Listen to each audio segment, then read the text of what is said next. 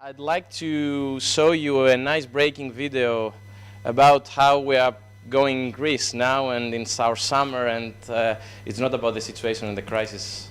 It's about Ergon and what it did in a very, very nice resort in Greece. And it's a video just to see what is Ergon now, and I'm going to make you more involved in this brand.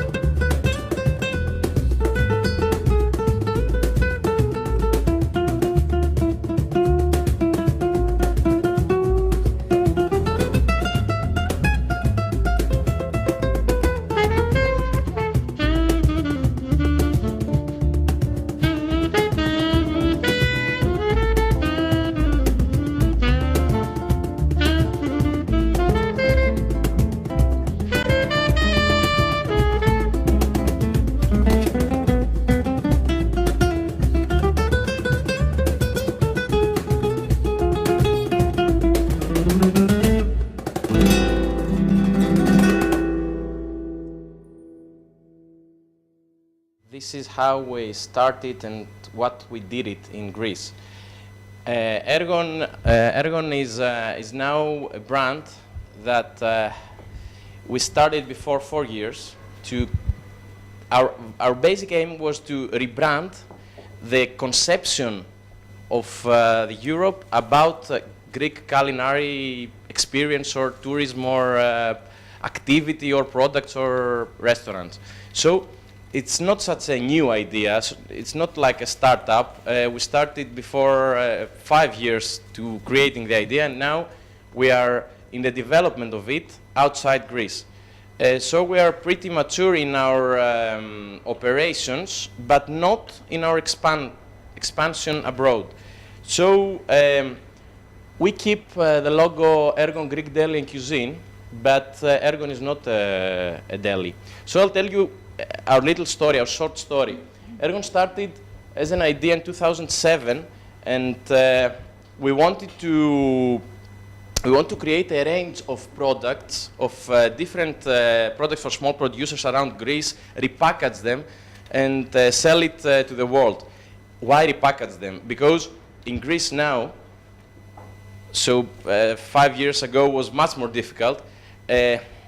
Our artisan small producers and things and foods hadn't even have a barcode on it or ingredients or English translation.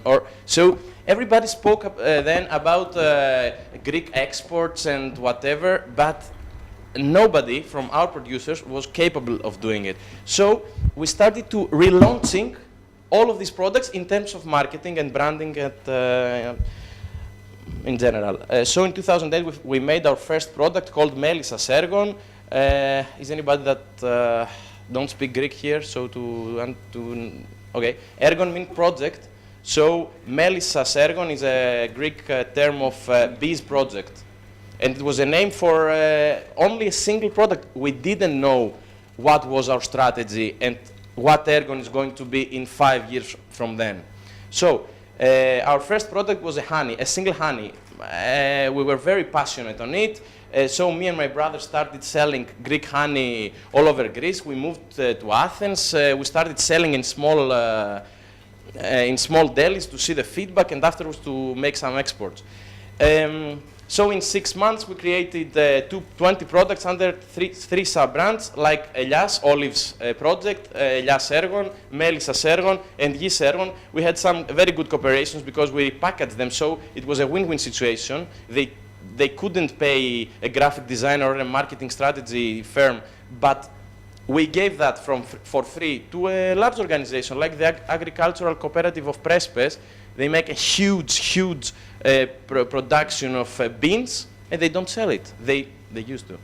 So we made this, and from 2009, 2010, that's why I have very small, I don't want to read it, we created 70 products. We gained 2 awards national level, like the best product and whatever, most beautiful.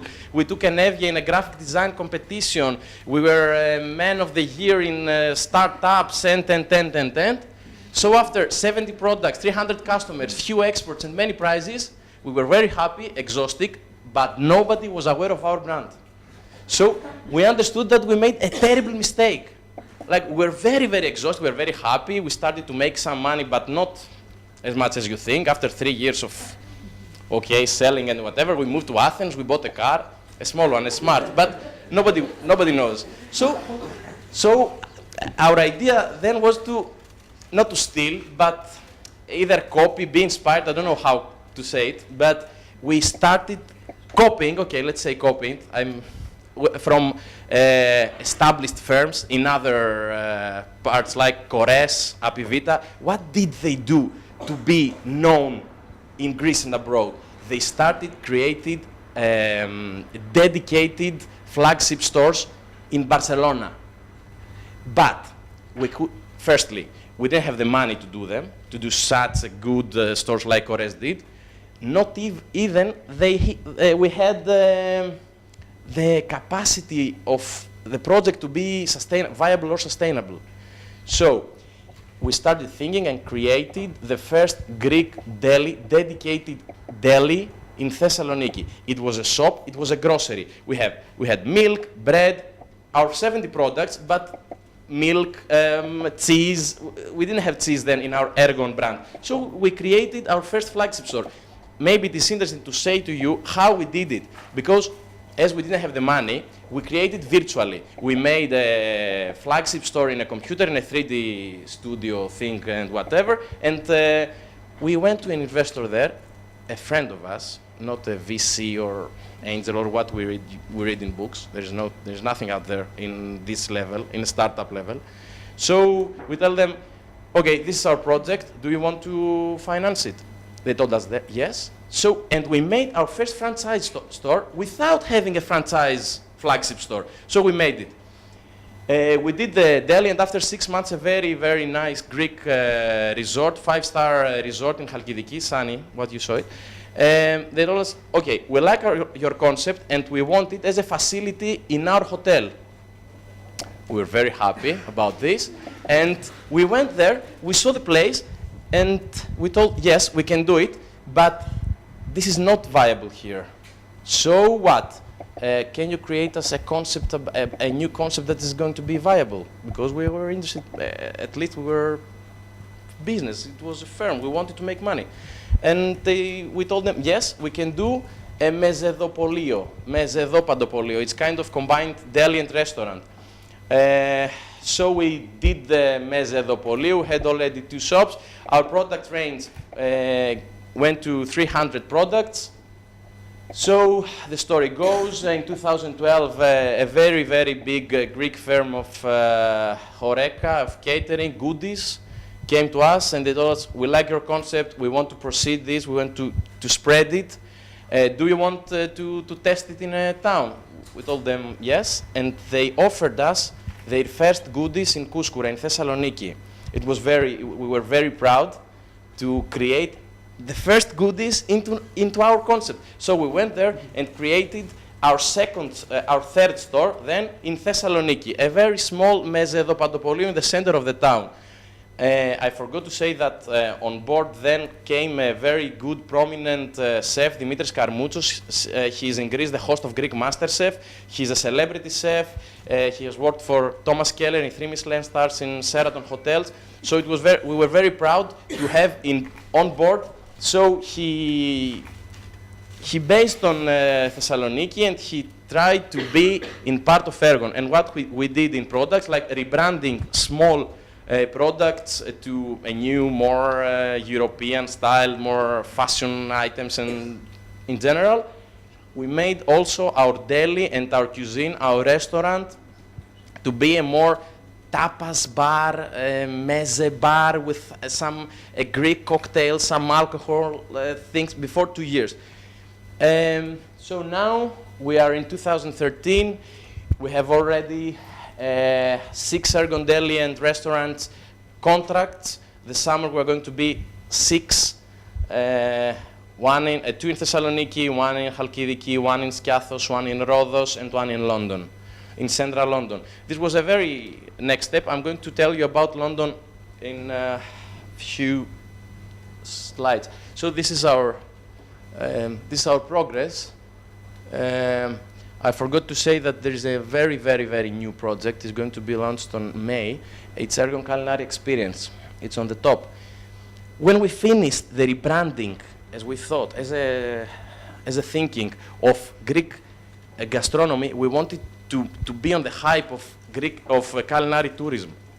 So we have created 26 packages to sell abroad for tourists to come in Greece and visit our producers to see the real thing, like they are coming in Sporades and they are going on a boat and fishing some tuna during night, and they are willing to pay a lot of money to do the real experience of picking up fava beans from Santorini or making some Vinsando wine in Santorini.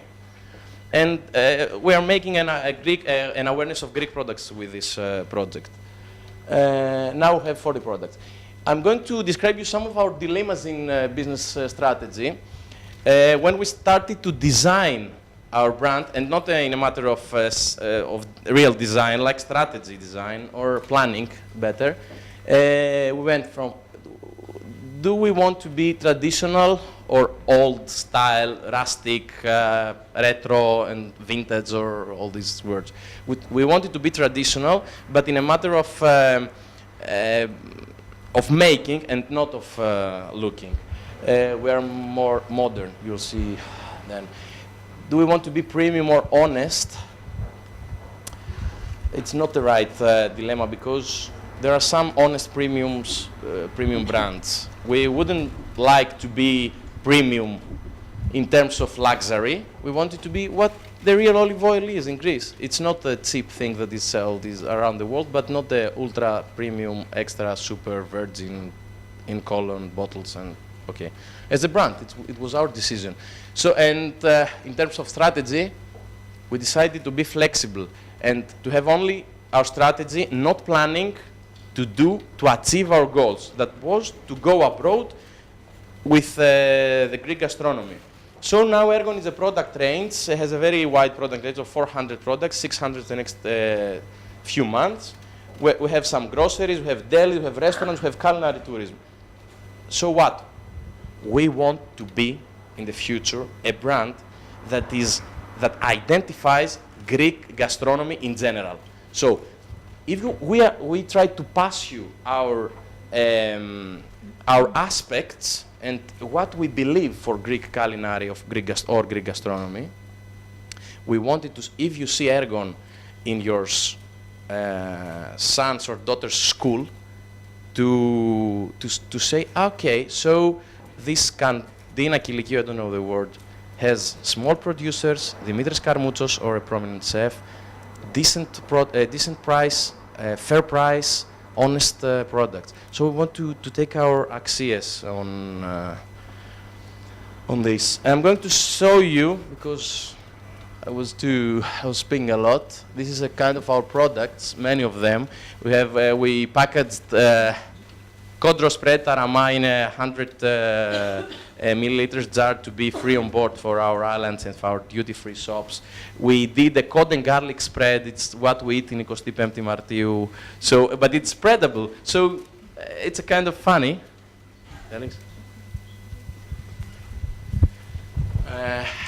We have an extra virgin olive oil from Kolivari, the famous tuna from Alonissos, Greek mustard that is liquid. We have wild truffle. We have in Greece wild truffle, but we didn't know it. And we have a kind of Philadelphia. We designed a spreadable cheese like Philadelphia, but Philadelphia has milk cream. We replaced the milk cream with feta. It's more salty, and it's Greek. So we have some advantages of on selling it. This is our first flagship grocery in Thessaloniki in Grigoriou Palama Street. It's a new space. It's like more modern. That's why I told you traditional doesn't mean old. Traditional is something that is living. If we say that in Nausa before 50 years they did a very good traditional wine, it wasn't a wine, it was a vinegar. Now, Xinomavro, after the tradition of 50 years, it's the most Greek prominent variety abroad. This is a kind of our Mezedopolio. It's energetic, young, and all these customers there. It's very crowded all day. This is a photo from our culinary experience. It's a photo from Santorini, from one of our hotels about the culinary experience. And how to achieve this new rebrand, the rebranding of Greek, of the conception about Greek gastronomy abroad. We try to design, communicatively speaking, something that is funny, eye-catching, but kind of traditional. So we made the campaign in Greece and abroad with all know the I Love New York thing. So it was I Graviera Naxos, I Tuna from Alonissos, I Salami from Lefkada. So everybody went to, we had the t-shirts that they are selling in Greece in our shops. T-shirts, aprons, everything, merchandising. This is for Greece, so I'm sorry. This is a kind of funny, because it's in Greeklish. Δεν έχουμε προσούτο Πάρμας, έχουμε προσούτο Δράμας. We are laughing at ourselves, all this xenomania we have in our lives in Greece now. We try to copy some American colleges brands with Pasturmas from Drama, limited edition, whatever. We were funny about our traditional things. So, let's make some, actually last night, because I was nervous about my English, I usually don't make the presentation, I just speaking in Greek, but now I like to make some retrospective key points in our strategy, to write them down. It was my first time. So, our main how can I call it? Our main reason of success was the risk ignorance. When we started, we didn't know what was the risks, not the risks, the hazard. We couldn't imagine if we were. Now we were in then we were in university. We started business plan and what is it called, SWOT analysis and all these. We would never start a business with all this. We would never, really. Our second main point was hands-on operations, and I mean all the operations. We really love our kid. We want to be with it all day. We are in our restaurants now. Even my brother now is exactly now in our restaurant in Thessaloniki. Actually, yesterday was a journalist from Ryanair, so we're going to be the next Ryanair's edition about Greek and Thessaloniki and London connection. We are there all day, in groceries, in delis, in all our shops, in warehouses, everywhere. Another main thing is the lack of plan B. We had to succeed, otherwise what? I personally believe that projects fail because they can. If you can't, so if we were, okay, let's do a grocery, let's make a restaurant, and if it fails, we're going to UK and be a banker. We would go to UK and be a banker. Because you have the plan B all the time in your mind. I can quit my job and go to a restaurant. We are going to be to a restaurant sometime. So we hadn't a plan B. We started doing that. We started products. It wasn't the plan. It wasn't the strategy of creating delis, restaurants, tourism. We started with a single product called Melisas-Ergon, and now we have Ergon. Everybody says to me, come on, Ergon, what does it mean, Ergon? Why you have a restaurant called Ergon? Because we started with a Melisas-Ergon, we didn't want to change the name. That's why. We had flexible business models. It was that I described now. We started from products and we went to tourism, but strict business strategy. We told to ourselves that we want to promote in a different way Greek gastronomy. So we do that all the time with different type of business. Those I've already told you. Another key thing was that we shared our ideas with some investors. Then we didn't know that they were investors, but we speak a lot. Many people of my family, friends, they tell, come on, Thomas, stop being so open source. But I can't. I speak all the time about new ideas, about new projects. Sometimes I've paid about this, but if you speak about, look, we want to make a deli in Thessaloniki, but we don't have the money. If you don't tell this, you would never make a deli if you don't have the money. But if you start talking about this, I want to do that, I want to do that, I want to do that. In Greece now there are no angels, investors, venture capital firms, startup, financial things, and there are no. So you need to find someone to finance your idea from the start. And we did that. We did that 3 times. In Thessaloniki, in our second shop, in our third shop that they are franchised, and now in London, we found an investor to come here and set up a new proper business here. And we had to remember all the time that after all it's business. We need profit. We didn't invest either €1 without thinking of it's going to come to us again. Like, we haven't paid anything on direct or indirect marketing in terms of publicity. If you make something good now, Greek means, or European means, we were on Guardian, we were on Zeit, we were on some Belgian newspapers, Ryanair.